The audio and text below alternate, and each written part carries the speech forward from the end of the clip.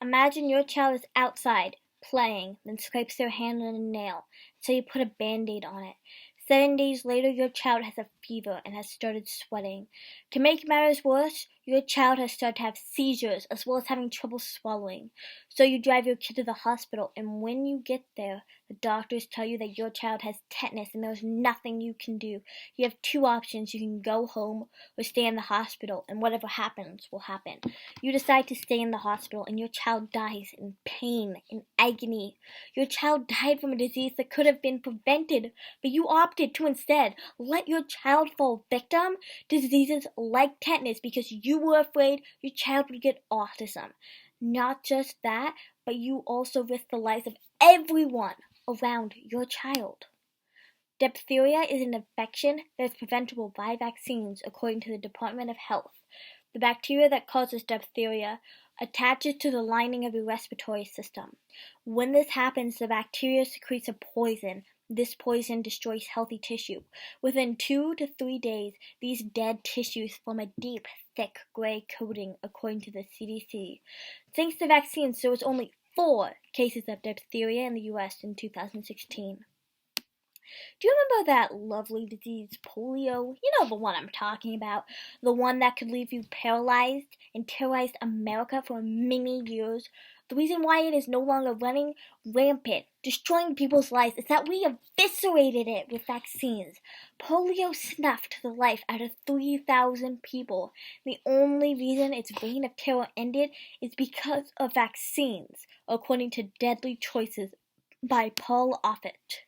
In 1985, a whopping 1.2 million people died from measles. Also, according to the CDC, measles has some fun complications like going blind, going deaf, and having your brain cooked. Now, you might notice that there were a lot less people who were deaf or blind compared to 30 or 40 years ago. That is because vaccines have made measles rare. However, measles is making a comeback. Why is it making a comeback? Because of anti-vaxxers. You might have heard of the Great Measles Outbreak in 2015 that infected a total of 125 people, according to the CDC. 20% of the kids who caught measles during that outbreak were hospitalized. Another fun thing about measles is a thing called SSPE, which is a horrifying neurological condition that measles can cause, and it only ever results in 2 outcomes: coma or death. There is only one known way to prevent SSPE. It might surprise you to learn that the only way to prevent this terrifying disease is to vaccinate your kids. Yes, that is right. If you vaccinate your kids, they have a 98% chance of not getting measles when exposed, as opposed to the 0% chance of not getting it that non-vaccinated kids have when they are exposed.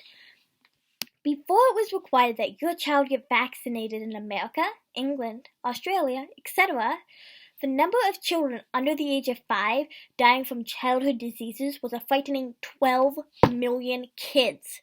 Since it has been made mandatory that kids get vaccines in places like England, America, Australia, etc., that death rate has made a dramatic decrease to 4 million. But due to people backed with little scientific evidence making the outrageous claim that autism is caused by vaccines, deaths of children under the age of 5 is making a horrifying comeback as parents choose to allow their children to die in fear there is a microscopic chance that their child may end up autistic, according to Vaccines Did Not Cause Rachel's Autism by Peter Hotez. In 2009, a boy traveled to England where there was a massive outbreak of mumps because, you guessed it, their parents were afraid they'd get autism. The boy then went back to America where he attended a Hasidic Jew summer camp. From there, a massive epidemic started. Now, there was a huge benefit from this outbreak. Because of this outbreak, we found out that mumps can cause pancreatitis, meningitis, facial paralysis, or inflammation of the ovaries. So thank you, anti-vaxxers, for helping us learn this valuable info. We couldn't have done it without you, according to Deadly Choices. A theory I hear a lot is that not only do vaccines cause autism, the CDC is aware of it and is covering it up.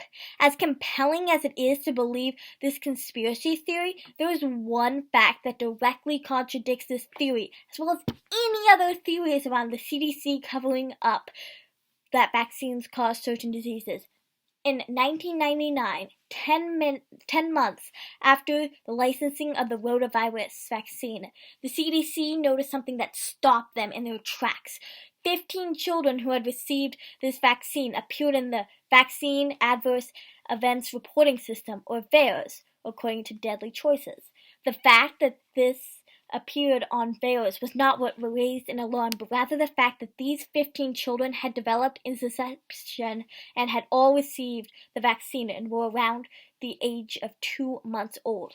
Interception is unusual in 2-month-old children.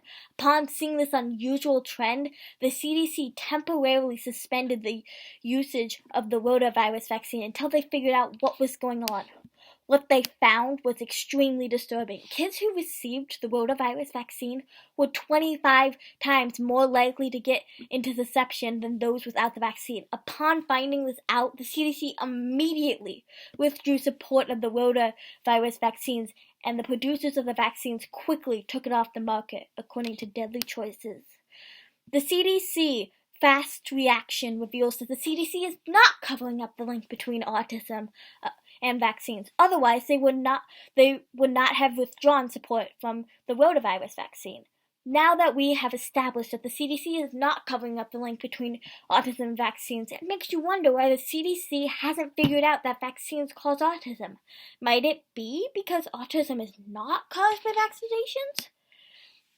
Some people like to argue that more children die from vaccines than die from a disease that vaccines prevent. Again, this is simply not the case. In 2014, 661 children under the age of 15 died from a disease that could be prevented by a vaccine.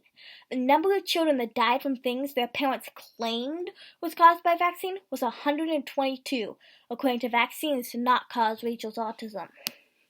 People began to believe that vaccines caused autism in 1998 when Andrew Wakefield, a surgeon, said he studied 8 children with autism and that all 8 children had MMR vaccines, and that shortly after getting said vaccines, these children began to show symptoms, according to Deadly Choices. This might be true. In fact, I'm pretty sure this is true. Because you received this vaccine at the age of 4 years old. Guess when kids start to show symptoms of autism? If you guess 4 years old, you are correct. It is important to note that since Wakefield's study, 15 different studies have been conducted to see if there was any connection between vaccines and autism, and all 15 have found there is no such connection, according to Vaccines Did Not Cause Rachel's Autism. Now, what I find really interesting about Andrew Wakefield is that when he did this study, 5 out of 8 of the children were already in the process of suing pharmaceutical companies for the MMR before the study was conducted. What I find even more interesting is that the personal injury lawyer representing these children paid Wakefield $800,000 to conduct this study. However, my number one favorite thing about Wakefield is that he paid $6.50 to kids in exchange for their blood at his son's birthday party, according to Deadly Choices.